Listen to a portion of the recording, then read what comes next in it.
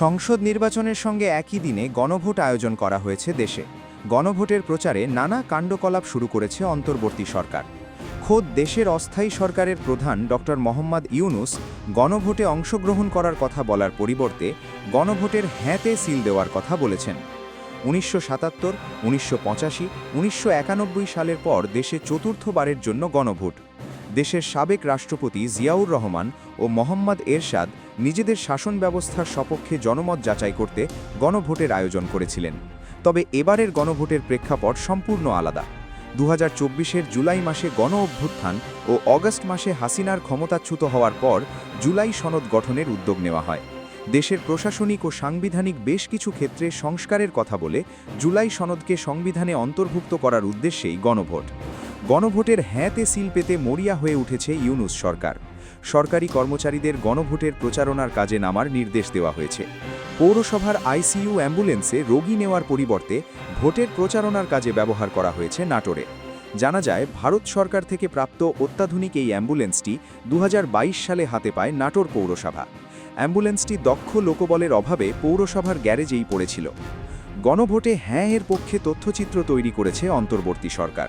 সেখানে গণভোটের পক্ষে বেনিফিট কি হতে পারে তা স্পষ্ট বুঝিয়ে দেওয়া হয়েছে।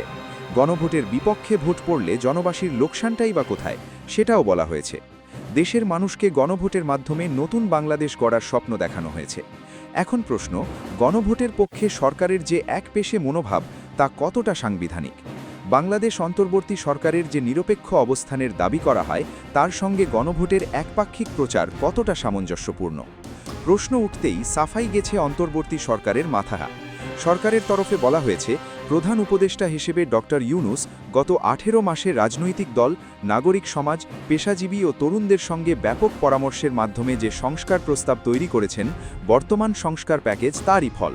বাংলাদেশের অন্তর্বর্তী সরকার শুধু দৈনন্দিন রাষ্ট্র পরিচালনা বা নিরপেক্ষ নির্বাচন তত্ত্বাবধানের জন্য গঠিত হয়নি। ইন্টারিম গভর্নমেন্ট ইয়েস ভোটের জন্য ক্যাম্পেইন করবে এবং করছে, এবং এর বিষয়ে অ্যাওয়ারনেস বিল্ড আপ করবে। এ বিষয়ে ইন্টারিম গভর্নমেন্ট লিগাল অপিনিয়ন নিয়েছিল এবং এ বিষয়ে টপ লিগাল এক্সপার্টরা লিখিতভাবে জানিয়েছেন যে ইন্টারিম গভর্নমেন্ট ইয়েস ভোট চাইতে পারে। দেশের সংবিধান বিশেষজ্ঞরা জানিয়েছেন, হ্যাঁ ভোটের পক্ষে সরকারের প্রচারণা নির্বাচনী প্রক্রিয়ায় সরাসরি সরকারি হস্তক্ষেপে শামিল। জনগণের টাকায় সরকার দেশ চালায়। সেখানে যেমন গণভোটের পক্ষে সমর্থনকারীদের টাকা রয়েছে, তেমন যারা সমর্থনে নন তাদেরও টাকা রয়েছে। তাহলে কিভাবে একপেশে অবস্থান নেয় ইউনুস সরকার? গণভোটের প্রশ্নের পাশে ব্যালটে হ্যাঁ ও না ভোটের অবস্থান নিয়ে প্রশ্ন উঠেছে। মোট 4টি প্রশ্নের ওপর গণভোট হচ্ছে। 4টি প্রশ্নের উত্তর একটি মাত্র হ্যাঁ বা নাতে জানাতে হবে। 4টি প্রশ্নের মধ্যে একটি প্রশ্নে যদি নেতিবাচক উত্তর থাকে, ভোটদানকারীর না বলার সুযোগ নেই। জোর করে চাপিয়ে দেওয়ার এই চেষ্টা গণতন্ত্রের মৌলিক কাঠামোর সঙ্গে কোনোভাবেই খাপ খায় না। সংস্কারের নামে রাজনৈতিক স্বার্থে আনা প্রস্তাবগুলি যেন এক প্রকার চাপিয়ে দেওয়ার চেষ্টা চলছে। জামাতসহ ইসলামপন্থী দলগুলি চেয়েছিল সংসদে জাতীয় নির্বাচনের আগে নিজেদের রাজনৈতিক স্বার্থ সুনিশ্চিত করতে। এই জন্যই আগেভাগে গণভোট চেয়েছিলেন তারা। এই আবহে দেশের অন্তর্বর্তী সরকারের ভূমিকা প্রশ্নের মুখে পড়েছে। গণভোটের জন্য মরিয়া ইউনুস সরকার।